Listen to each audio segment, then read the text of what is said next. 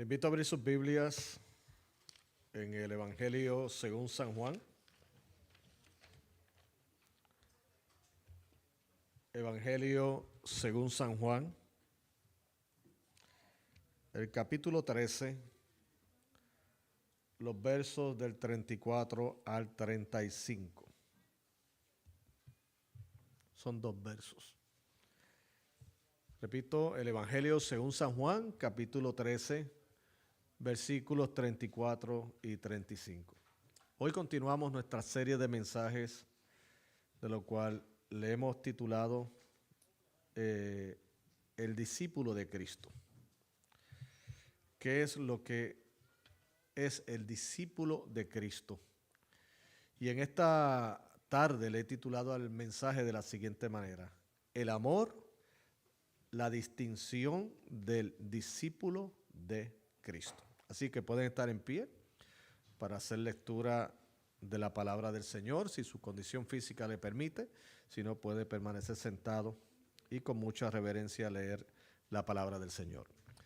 Leemos la misma en el nombre del Padre, del Hijo y del Espíritu Santo. Dice así: un mandamiento nuevo os doy, que os améis unos a otros, como yo os he amado, que también os améis unos a otros.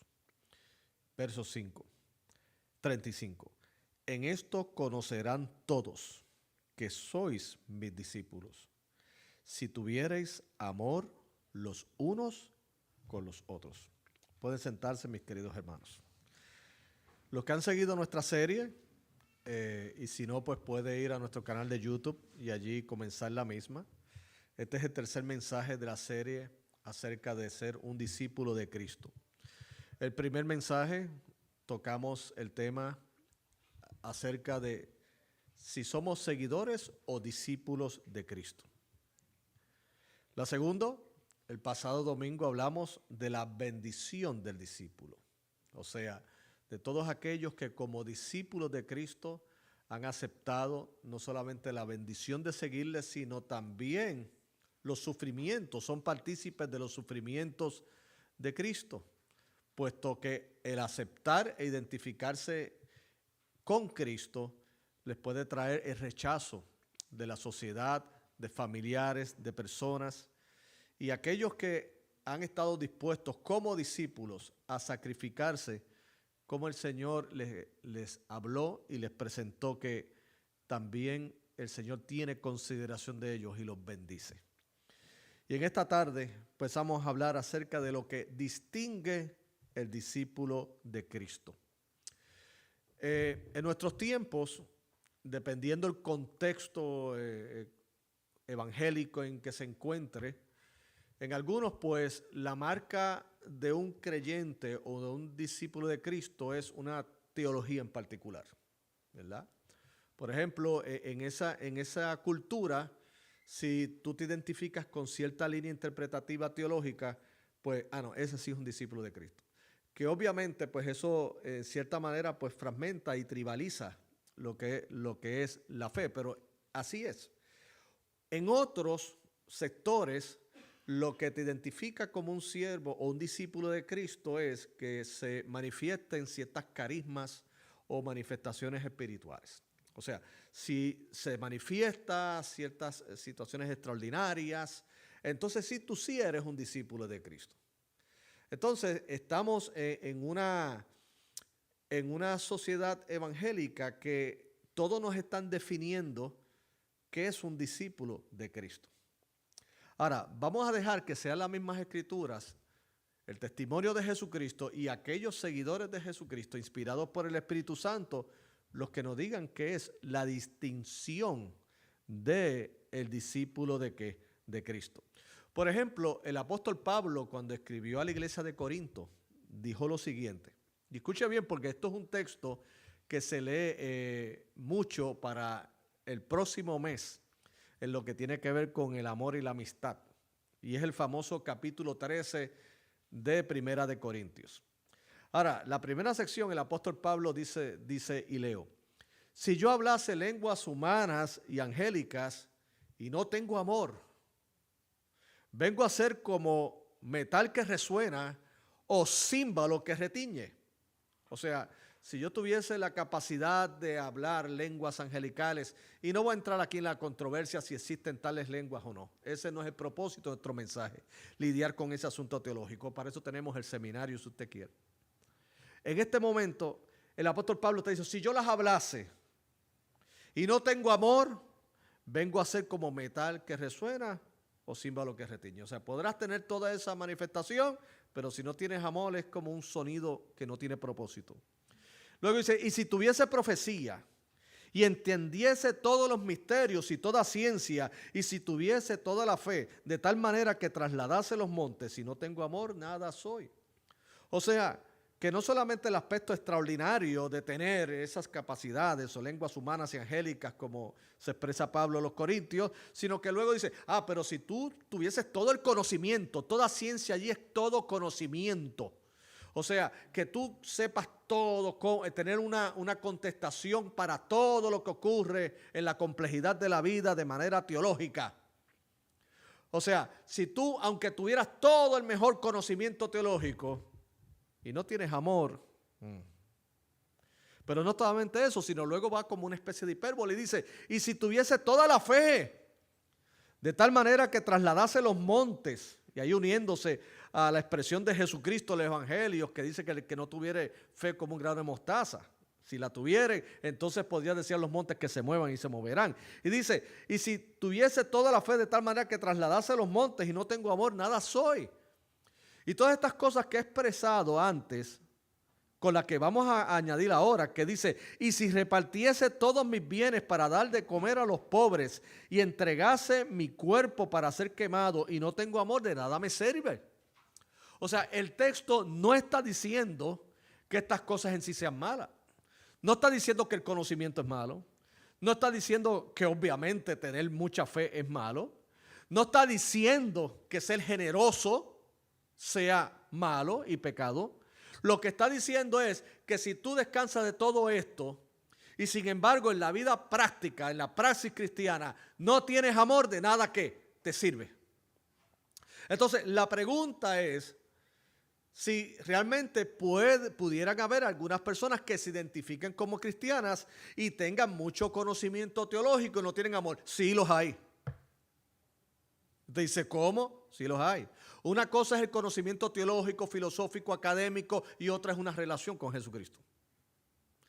Hay personas que pueden reclamar tener una gran fe, de manera que levantasen hasta los muertos o hiciesen muchas cosas. Y usted dirá, ¿y puede haber una persona que reclame tener toda esa fe y no tenga amor? Sí los hay también. Por eso es el énfasis del apóstol Pablo, y de hecho si nos vamos al contexto del cual Pablo está hablando él mismo en 1 Corintios, sabemos que se está dirigiendo a una iglesia compuesta por creyentes, pero ciertamente llena de muchos conflictos y de un ambiente sumamente tóxico. Una iglesia donde sí tenían un conocimiento y hasta tuvieron el aprovechamiento de grandes maestros de la fe y de la palabra. Conocían un Apolos, que Apolos, según las escrituras, lo reconocen como un poderoso en las escrituras y un hombre que podía articular muy bien públicamente la palabra del Señor. Obviamente tenían el apóstol Pablo, que gran maestro, tremendo, el autor de la mayoría de los libros inspirados del Nuevo Testamento. Tenían el testimonio también de los otros apóstoles. Sin embargo, pese a todas esas buenas influencias que ellos tenían, sin embargo, la iglesia de Corinto era una iglesia carnal, de acuerdo al apóstol Pablo, o una iglesia inmadura. ¿Y por qué era? ¿En qué descansaba su inmadurez? Bueno, habían divisiones. Habían situaciones entre hermanos donde se demandaban en los tribunales públicos. No tenían consideración de las personas que llegaban nuevas en la fe y se ponían a hablar lenguas o a utilizar todo tipo de expresiones sin tener en consideración si esas personas entendían o no lo que estaba pasando allí. Tenían situaciones en la práctica de la cena del Señor. Habían situaciones que tenían que ver con casos de inmoralidad que no habían sido juzgados correctamente. O sea, la iglesia tuvo tremendos líderes, pero lamentablemente en el seno de la iglesia no había una madurez. Entonces, por lo tanto, dentro de la exhortación de Pablo a la iglesia de Corintio, el que se inserte este aspecto del amor es muy importante. Porque le está diciendo lo siguiente a esta iglesia: miren, tener conocimiento, servir a los demás en generosidad, tener fe, todo eso es importante, pero lo más importante es el amor. Cosa que en la iglesia de Corinto obviamente no había. Porque cuando habían hermanos comiéndose entre ellos, eso no es amor. Cuando había todo tipo de división interna, eso no es amor. Entonces Pablo es eco de lo que ya nuestro Señor Jesucristo nos ha enseñado. Porque el texto que leímos para efectos de nuestra exposición en esta tarde, en Juan capítulo 13, versos 34-35, pues obviamente fue anterior a la conversión de Pablo. Fue al tiempo de cuando antes de Jesucristo ser entregado para entonces morir en la cruz. Porque ese texto de Juan capítulo 13 se da en el momento donde está la última lección, el último sermón de Jesucristo a sus discípulos fue con un ejemplo. ¿Y cuál fue el ejemplo? Un ejemplo que resultó escandaloso para Pedro y para otros discípulos. ¿Qué fue? Que él vino y de su iniciativa, sin decirle nada a nadie, él vino y le lavó los pies a los discípulos.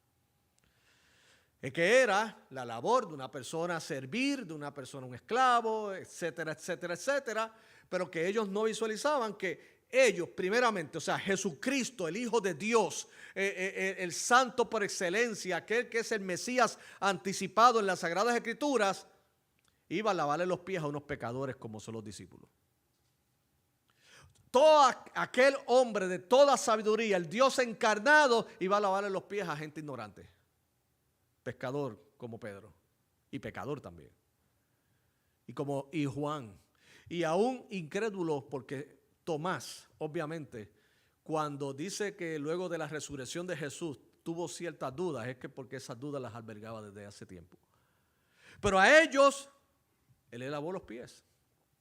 Y luego él dice, y para ejemplo, se los he dado. Se los he dado. Entonces, dentro de ese contexto está lo que ya Jesucristo también había expresado en otras secciones, más adelante en Juan capítulo 17, que es la oración sacerdotal de Jesucristo, donde él dice, mira Padre, yo te pido que ellos sean uno como tú y yo somos uno. Yo te pido, Padre, que ellos se amen, que sean uno. O sea, que el conocer más de la palabra de Dios, obviamente eso es esencial para el crecimiento espiritual.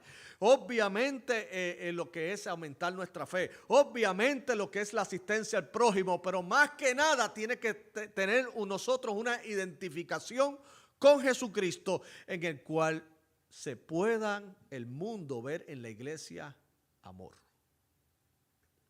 Porque obviamente el evangelio es contracultura. Y cuando hablamos de contracultura es que es un mensaje muy diferente, pero también son motivaciones muy diferentes y también son acciones muy diferentes. O sea, es un mensaje diferente. O sea, nosotros creemos en alguien que murió por nosotros en la cruz del Calvario, que reclamó ser el Hijo de Dios y que a través de su sacrificio y muerte y resurrección nos quitó la culpa por medio de la fe en Él. Es un mensaje, que para los tiempos del primer siglo, para los griegos era locura, especialmente para los filósofos, no tenía sentido. Y para los judíos era una piedra de tropiezo. Pero no solamente el mensaje, sino también que lo que es la aplicación de ese mensaje es contracultura. Vivimos un tiempo, mis queridos hermanos, la sociedad siempre se ha distinguido, y aún desde los tiempos del primer siglo, en la individualidad del ser humano. O sea, el amor que Jesucristo enseñó y que modeló es un amor donde se tiene en consideración al otro. O sea, Jesucristo cumplió perfectamente lo que el decálogo ya había establecido, o sea, los 10 mandamientos, cuando dice el primer mandamiento, amarás a tu Dios sobre todas las cosas y a tu prójimo, ¿qué? Como a ti mismo. Entonces, en Cristo había un desprendimiento en amar al prójimo. Y el prójimo no es necesariamente tu hermano en Cristo. El prójimo es tu vecino, es alguien próximo que está cerca de ti. Jesucristo oró por aquellos que lo iban a crucificar. Jesucristo mismo amó, inclusive aquel que con un beso lo traicionó. Y todo eso es contracultura. Lo fue para ese tiempo y lo es para nosotros hoy. Y sobre todo el amor de Cristo identificado por la empatía con la humanidad.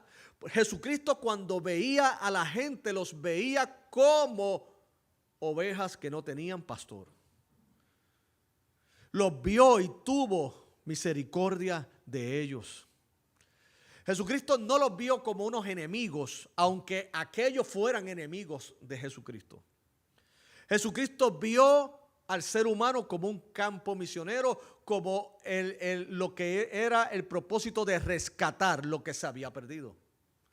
Porque el pecado por la desobediencia de Adán trajo la condenación a la humanidad. Pero en Jesucristo por su gracia, por su misericordia, conforme al plan eterno del Padre, vino a buscar y salvar lo que se había perdido. Lo que se dañó en Adán, en Cristo, todo iba a ser restaurado. Entonces, veía la humanidad que en amor. Y es algo muy importante, mis queridos hermanos, y lo hemos recalcado como iglesia. Ciertamente existe la maldad en el mundo, ciertamente existe el pecado en el mundo, obviamente, es indiscutible. Pero aquellos que piensan diferentes a nosotros no son nuestros enemigos, son nuestro campo misionero. Yo no puedo tener la mirada de que nosotros somos los vaqueros y los indios. ¿Por qué? Porque nosotros no estamos llamados a disparar balas ni ellos a tirarnos con flechas. Ellos nos tirarán flechas, pero nosotros entonces les respondemos con la gracia, la firmeza, la convicción y el amor de Jesucristo. Entonces, obviamente cuando se habla de discípulos, hay algo que te distingue. En Puerto Rico, recuerdo cuando yo era niño, había una tienda que se especializaba en ropa de hombres. Y yo no sé si existe la tienda, por lo tanto no la voy a mencionar porque ellos no me pagan para ayudar al anuncio. Pero el que se viste se distingue. Y decía el nombre. Y eso era de verdad una frase que pegó tanto. El que viste se distingue. O sea, que si tú realmente quieres lucir diferente, mejor, ve a esa tienda. Y a la verdad que las frases pegan. Entonces, cuando estaba preparando este mensaje, no es que me inspiré en el anuncio, sino que me recordé del anuncio, donde, ¿qué es lo que distingue realmente? Porque Jesucristo mismo establece. Dice en el verso 35 de Juan, en esto conocerán todos que sois mis discípulos, si tuvieres amor unos con los otros. O sea, si entre ustedes hay amor. Si los ve amándose, obviamente los van a identificar conmigo. No solamente recordemos que antes de ir a nuestros puntos principales de la exposición esta tarde, que en el libro de los Hechos reconocían que habían estado con Jesús en el caso de Pedro, porque Pedro era un hombre sin letras y del vulgo y que no tenía educación, sin embargo hablaba y decían, este había estado con Jesús. Obviamente su forma de hablar cambió, su percepción, su conocimiento, todo eso cambió.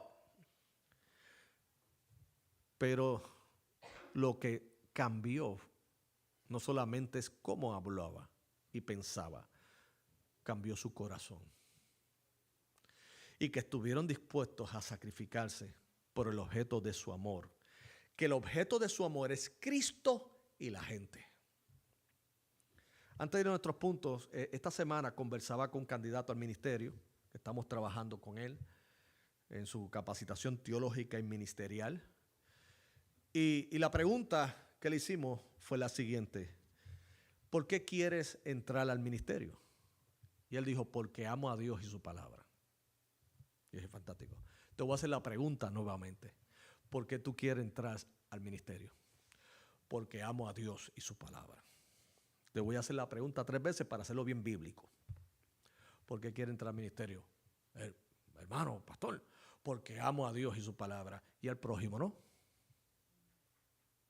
Dice, ¿a quién? Y al prójimo, y a la iglesia. ¿No la amas? O lo que tú amas es verte tú exponiendo Biblia. Y me dice, bueno, ellos también. Yo le voy a decir algo. Lo que nos impulsa al ministerio es amor a Dios, a su palabra y a la gente. Porque nosotros, hermanos, ministramos la gente. Nosotros ministramos a ustedes. Imagínense que yo le diga a ustedes, hermano, yo a ustedes no los quiero para nada. Yo amo más que a Dios y su Biblia. Pero quiero que sepa que a usted no me interesa para nada. Oh, estamos aquí porque amo a Dios, amo su palabra y amo el objeto de su misión, que somos todos nosotros que estamos aquí. Bendito sea el nombre del Señor. Es como si un médico, imagínense que un médico le dijera, ven acá, ¿y por qué tú quieres ser médico? Ah, por tener una bata y lucir un estetoscopio. Hermano, si alguien le dice eso, no se deje recetar ni una Tylenol, por favor. No se deje recetar ni una Tylenol. Hermano, si lo que le llama la atención a alguien es tener una batita con un ID card y poner un estetoscopio, cómpreselo en Paris City. Se lo compra en uno de esos sitios y lo uniforma de médico y que juegue en su casa.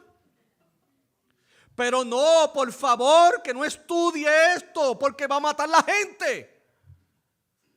Porque el ser médico no es la bata, no es el estetoscopio, es la vocación de sanar personas. Es el amor a la gente, es verlo en una condición de enfermedad y ellos ser el recurso, el facilitador y hasta el instrumento de Dios para sanar esa vida.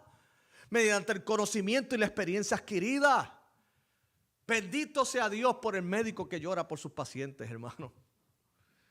Hermanos, y los he visto doctores de vocación, hasta veterinarios de vocación los he visto. Que cuando alguien pierde una mascota, ellos lo sienten también.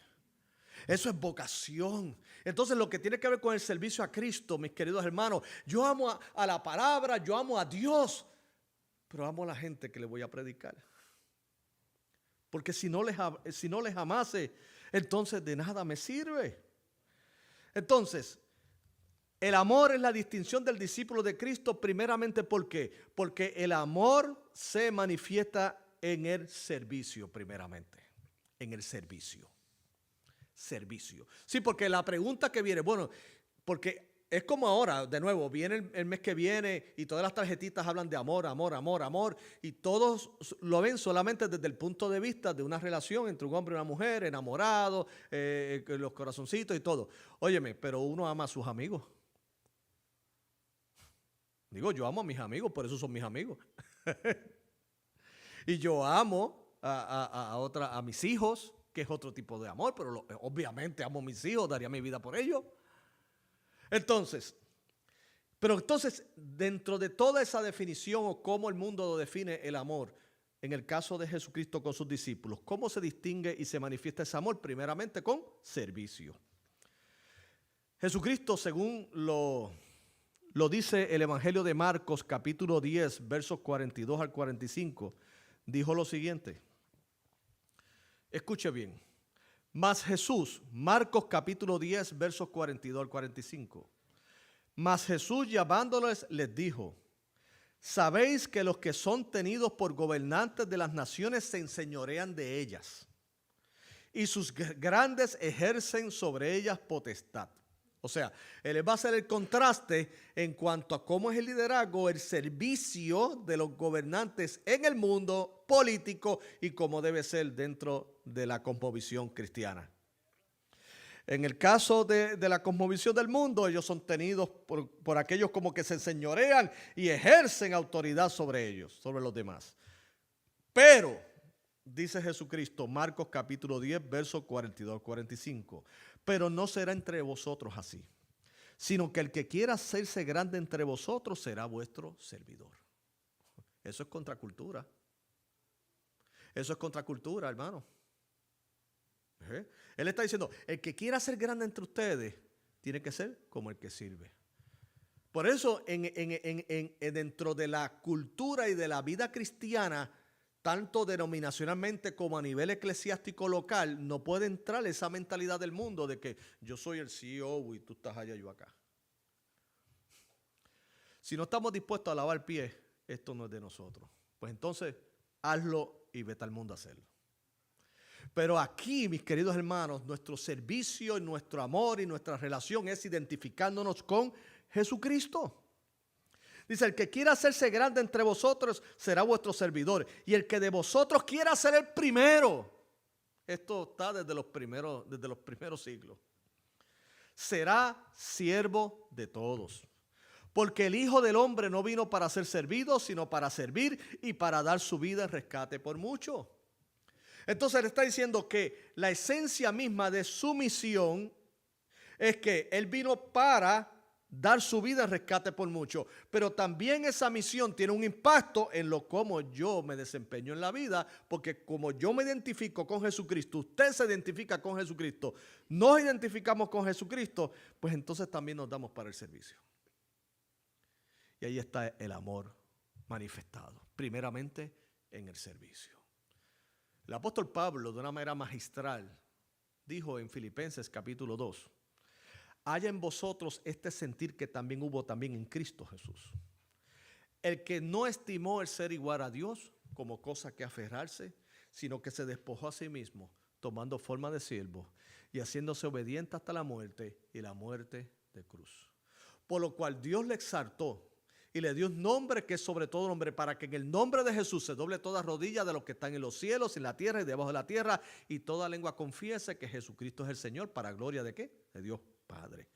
Pablo está utilizando el ejemplo de la encarnación de Jesucristo en el contexto de Filipenses de un posible conflicto entre hermanos de iglesia, donde está diciendo, mira hermano, tengamos la mente de Cristo aquí. Aquí nadie es más grande que otros. Inclusive en ese mismo contexto, Pablo está diciendo, tú debes estimar a tu hermano como superior a ti mismo. ¡Wow! ¡Contracultura! En el mundo no es que yo te considero a ti superior. Oye, yo soy mejor que tú y te paso por encima como un tren. Y uso tu cabeza como un escalón para llegar a las posiciones. Pero tú no eres mejor que yo. Entonces Pablo está diciendo, no, en la iglesia tenemos que tener el mismo sentir que hubo también Cristo Jesús. ¿Por qué? Porque es nuestra identificación. La encarnación no solamente es una enseñanza teológica, tiene que tener un efecto práctico en mi vida cristiana. Entonces Jesucristo, siendo el Rey de Gloria, se encarnó y se humilló. Cuanto más nosotros nos identificamos con Cristo. Porque le voy a decir algo. En toda iglesia, en todo contexto, en toda sociedad hay personas que tienen diferencias. Las diferencias son saludables. Ahora, lo que no es saludable es cómo se manejan las diferencias. Escuche bien. ¿Ok? Quiero que sepa, porque muchas veces hay gente que quiere estar en un lugar donde no hayan diferencias. Pues yo no sé, vete a la luna. Y yo creo que vas a estar en desacuerdo contigo mismo después. Porque cuando te veas allá solo, ¿y quién te mandó a ti estar en la luna aquí? Ya tienes una diferencia contigo mismo. Entonces, las diferencias son saludables. Lo que no es saludable es cómo se manejan. Si se manejan con hostilidad y se manejan de una manera que es fanática, eso no produce nada positivo. Ahora, si se manejan conforme al carácter de Cristo, con paciencia y tolerancia, muchas cosas buenas pasan. Pablo no está diciendo a los filipenses, oye, todos ustedes tienen que pensar igual. No, ustedes piensen como Cristo y actúen como Cristo para manejar sus diferencias. Y eso se basa ¿en qué? En amor. En amor donde yo me desprendo a mi ego, a mi yo, para que sea Él. Como dijo el apóstol Pablo, ya no vivo yo, sino que Cristo vive en mí. Lo segundo es que el amor que nos distingue como discípulos no solamente se da en el área de servicio, sino que esto va muy unido a lo primero, y es sacrificio. Sacrificio. Dijo el apóstol Pablo en su magna exposición de 1 Corintios 13 que el amor todo lo sufre, todo lo puede. Me preguntaron en una ocasión, pastor, ¿por qué amar duele? Y yo le dije, porque es amor. ¿Hay amor que no duele? No, no hay amor que no duele. Ay, pastor, pero entonces no me quiero enamorar para que no te duela. Pero es que si tú esquivas el amor de una relación conyugal, como quiera tienes el amor hacia alguien. Ah, pero ese no me hace sufrir. Bueno, cuando parte te hace sufrir. Ay, es verdad. Ay, pastor, todo lo que uno ama nos hace en cierta medida no solo gozo, sino también sufrir. ¿Verdad que sí? Y estos no son riesgos, es que esto es parte de la vida. Entonces, Jesucristo nos amó a nosotros de tal manera que Él se sacrificó. Dice en Juan capítulo 16, porque de tal manera amó Dios al mundo que ha dado su Hijo unigénito para que todo aquel que en él crea no se pierda, mas tenga ¿qué? Vida eterna. Entonces, dice en primera de Juan capítulo 3, verso 16, en esto hemos conocido el amor, en que Él puso su vida por nosotros, también nosotros debemos poner nuestra vida por los hermanos. Sacrificio. Sacrificio. ¿Cuál es la clave de un buen matrimonio? Y esto no tiene que ver con matrimonio, pero lo hacemos para efectos de ilustración. El sacrificarse ambas partes. Los dos, no uno solo, los dos. Uno tiene que dar y el otro también. Es sacrificio mutuo. Cuando una de las dos partes solamente quiere que la otra se esté continuamente sacrificando, ya comienzan los conflictos y comienzan las decepciones. Pero el amor legítimo, pues uno se sacrifica, este se sacrifica, este se sacrifica. Y parece algo muy tonto por lo que voy a mencionar o algo muy insignificante. Pero obviamente a mí me encanta el deporte y no pocas veces mi esposa me acompaña presencialmente a ver deporte o a verlos en televisión. Y yo sé que eso no es algo que a ella le apasione. A ella le apasiona verme a mí gozar cuando los Lakers están ganando, porque soy fanático de los Lakers. Desde Magic Johnson sin apologies, ¿ok? Aunque estén en la cumbre o estén abajo, soy fiel. Y ella se goza cuando estamos ganando y cuando estamos perdiendo, que ve que me sube la presión. Ella yo sé que se ríe en secreto, pero me dice, tranquilo, si eso es solo un juego. Y es verdad, es solo un juego, pero me afecta.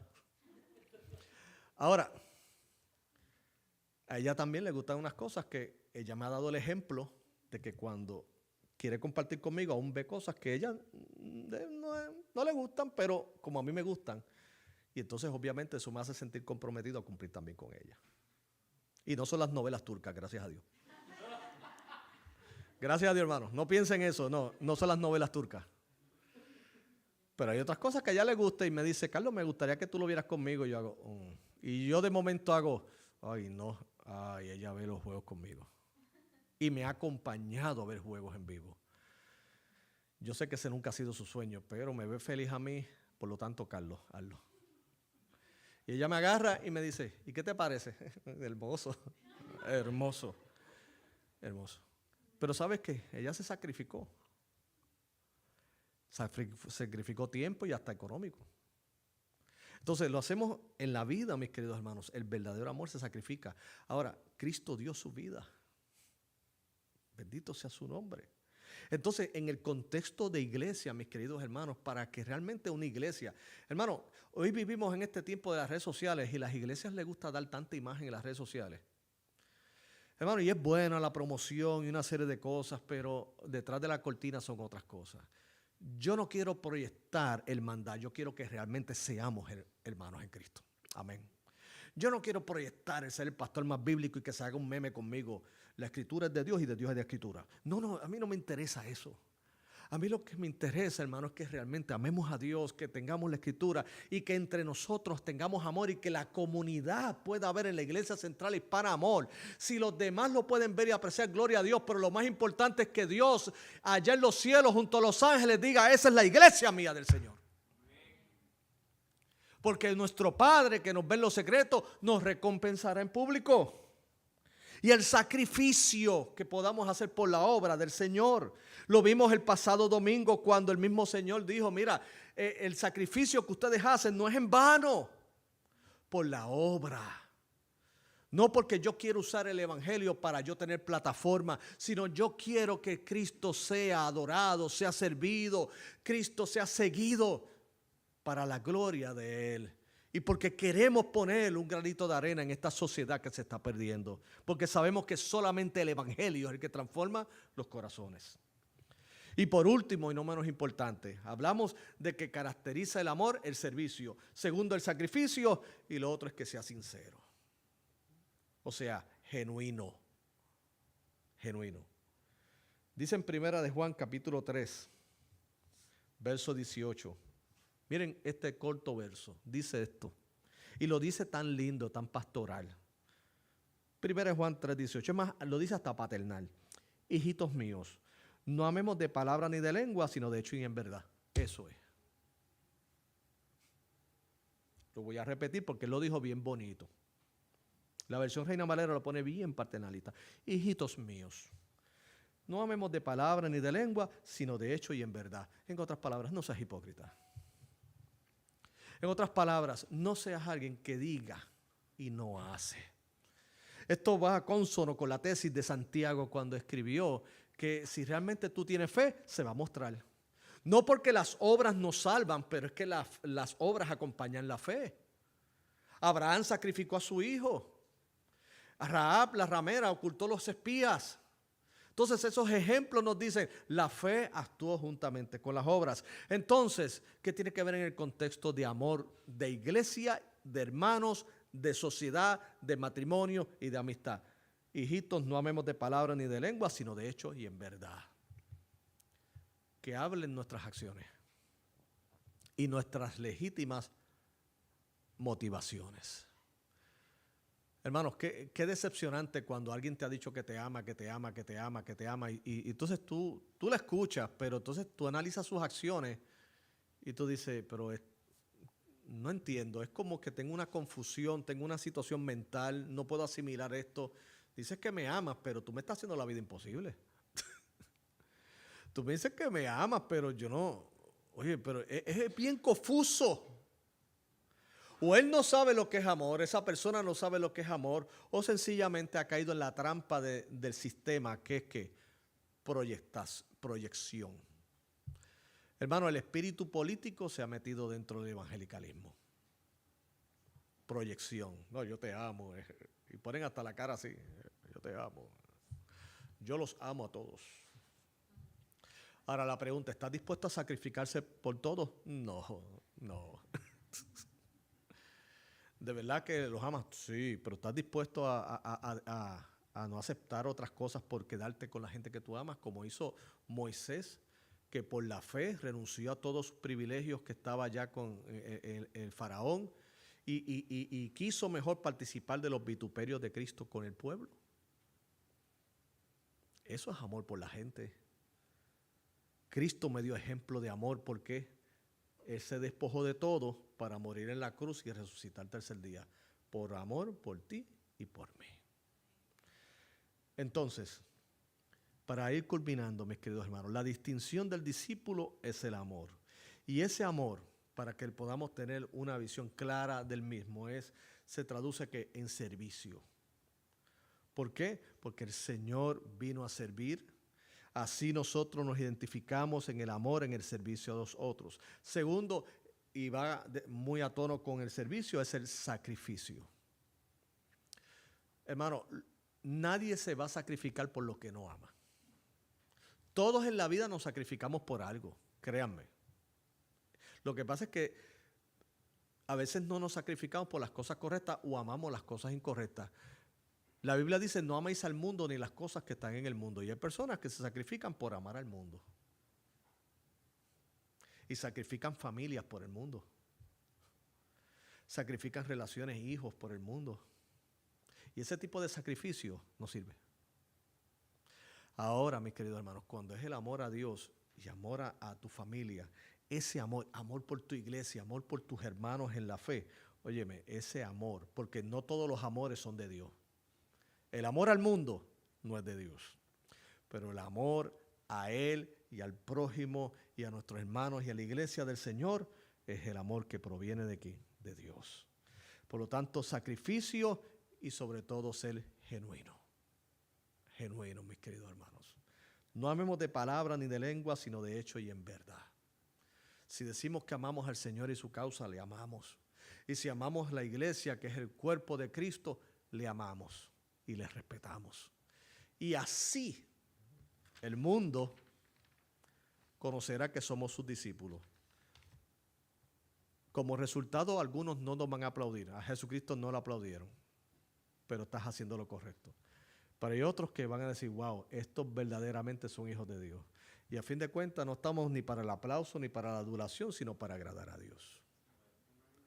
Y que el Señor permita que la Iglesia Central Hispana aquí de Wharton, New Jersey, nos identifiquemos con Cristo y con su amor, de manera que se nos distinga para la gloria de Él.